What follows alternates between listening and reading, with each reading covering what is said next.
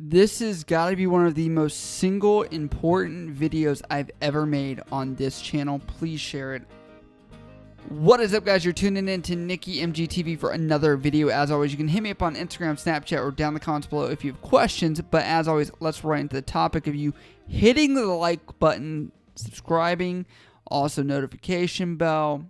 You guys know this rigmarole already, but this video is following up my previous video where I was talking about my pay here in the military, and I was talking about my retirement and where that went, all my money that was there a little bit, and I felt like this video topic was a sidebar of that, but this is probably more important than just the amount of money that I make, because obviously making money is cool, but having your money work for you is a lot better. So I'm going to dive into what your retirement is going to be in the military. Listen here.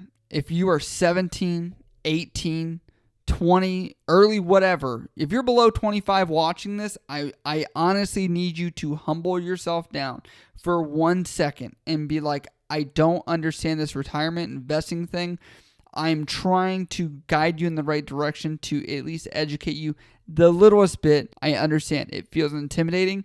I was you at one point and I waited too long, and I've lost a lot of money. Too much that I'm not even going to tell you how much I've lost as far as by not doing this. So also, do not take anything I say as official advice for accounting, what to do with your money. I'm not a financial advisor.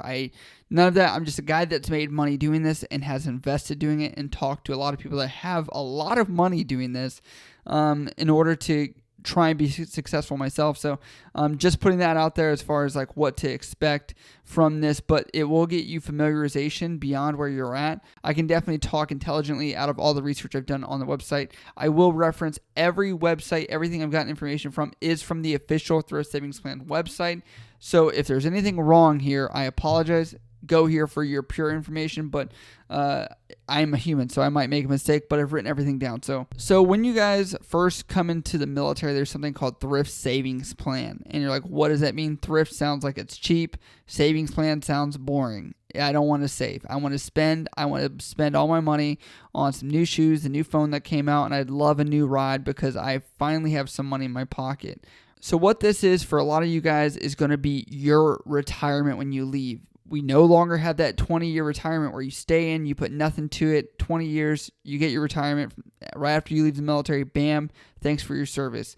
That is now changing with the new thing that happened a few years ago. I forget the exact timeline, but now everybody is in what is called the blended retirement system. What that means is you are using TSP, Thrift Savings Plan, okay? Sounds boring, but you need to know this, because if you work this right, you can have more money. Even if you only do 4 years in the military, you can have more money when you leave than when you came in. This was created in 1986 for federal employees and military. So if you work for the government or you work for the military, you are able to use this. Nobody else. I will say as well, you can only use this if you are in the status of military or federal government service worker and you are actively doing that job, okay? Once you leave, you're not going to be able to contribute more money to it. It's only while you're actually in. You can move your money and play with what's already in there, but once you leave, that's it. You can move this money to a 401k with your new employer. If you decide to leave the military, you can totally do that and take advantage of it, but that is, or you could leave it. It's up to you. The whole idea of this was to save the government money and also to allow people that only did 4 years, 5 years, 6 years, anything less than 20, the ability to still leave with some form of retirement without having to have everybody stay for 20 years, because only about 10-15% supposedly stay for those 20 years. So obviously the other 80-ish% were leaving with nothing. So they didn't think that was right. And also the money thing, save money. I'm going to start off with the first thing, and that is in boot camp, you are offered to start TSP, Thrift Savings Plan. Actually, it's going to just be started for you pretty much, because they're going to do 1% off the top to match what you should be contributing, and we'll go up to 5% total to match what you contribute. You should be putting in 5% automatically, like on the day of boot camp, when they offer you this Thrift Savings Plan, 5% should be what you put in, because if someone's willing to match what you contribute, you should be putting exactly that amount, if not more. And a lot of you are probably wondering, why would you do this Thrift Savings Plan versus maybe a different 401k type thing? And I'm going to talk about why this is actually better than typical 401k plans. The matching is pretty good. The fees to operate this are very low compared to other places. And also, lastly, the different types of places that you can invest your money to grow. The whole idea of this entire video is to get your money somewhere, to allow it to sit there, grow, and make more money so you can eventually not have to work ever again. So there are 6 funds that you can put in Thrift Savings Plan that you need to be aware of. To understand, when I say fund, that means that you're putting it in this specific type of fund to do this specific thing. So I'll break these down and kind of give you the evaluation of what you should be looking at. Again, everything is cited from the official TSP website, so you can always refer to that as the main source, but this is a condensed video version for your understanding. I'm going to start off with the safe ones first. The first one is the G Fund. These letters, don't get caught up on the letters, okay? I know it's like G, F, I, C. Okay, I'm labeling them, but this is where a lot of you guys, it goes over your head. Relax. Okay, G Fund is the safe fund, one of the most safe funds. This is because it is insured by the U.S. government for this fund. It's non-marketable types of placement. So typically this only gains about 2% in benefit. And some of you are like, 2%? That doesn't sound too bad. But when you're looking at these others, you'll see, I'm going to do a comparison at the end so you can see over the past year how much some of these have grown versus this G Fund. If you look at your bank account, that typically has about 0.25% savings as far as what you're making interest-wise. So obviously it's higher than that, but 2% is not a big return for anybody that's actually understood any kinds of investing. The next fund is the F Fund. This fund is in bonds. So pretty much I was trying to find the best way to explain what a bond is, but my grandparents had bonds. It's pretty much where you can give the government or a business a IOU pretty much, or a way that you can give them money as like a loan and they will pay you back, and it will have some return, but it's very, very little. So like I said, G and F are the most safe funds that you can be in. And remember, I said look at funds as like what they can be used for. So this one was for bonds, this one was for government securities, this one. So we're going to keep going down that so you can understand where your money is kind of going to be invested. Next is the C Fund. This is invested in the S&P 500 companies. So some of your big players like Amazon, Apple, stuff like that, the biggest companies that are out there, your money is going to be invested in these types of companies to see it grow. So as I was talking about, imagine this is where your money is working for you in specific types of functions. This is in the stock market, okay? So you are not playing with individual funds with investing in Apple or whatever other store. It is being put there for you, and there are people moving your money around to make it grow within that specific fund to manage it for you. This does have risk with the market because obviously stock market does go up, does go down. It could be the same. It changes all the time. Next is the S Fund. This is pretty much anything that is not part of the S&P 500, the top 500 companies. It's going to be the other ones that are not associated with that. So probably smaller companies that are maybe having some growth, but not in the top 500. The next one, that is kind of the last one, is the I Fund, which is the international stock. This is throughout Europe, Asia, Australia, all those places, and it's invested in foreign markets. So you could be having stock in other places that could be growing. The last one is the L Fund. Now, the L Fund is something that's been created recently that has a mixture of G, F, C, S, and I. And over time, as you get older, it shifts to become more safe because you are more closely to pull it out. So there is the L2030, L2040, L2050. So meaning 2050, the year that you are anticipating pulling it out. So it will be more risky right now as L2050 compared to the L2040 year, because obviously the people in L2040 are probably going to be wanting their money sooner than 2050. This right here is to just show how the risk goes from more risky in the CS and I fund in the 2050 as it progresses over time. The L funds will shift to a more safe route. As you see, the G fund, which I said was more safe, is growing as time goes on.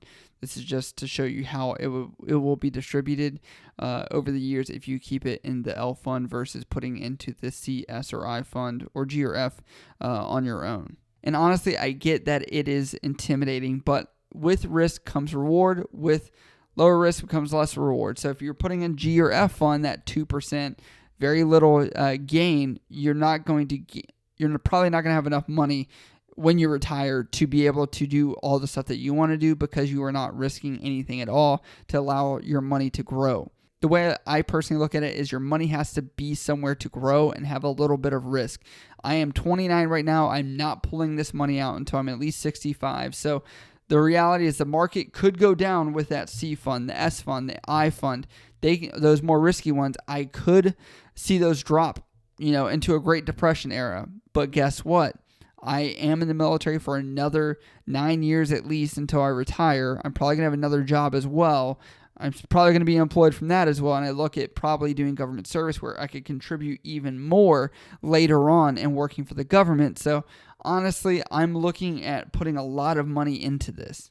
I've been able to gain thousands of dollars by how my money has been invested.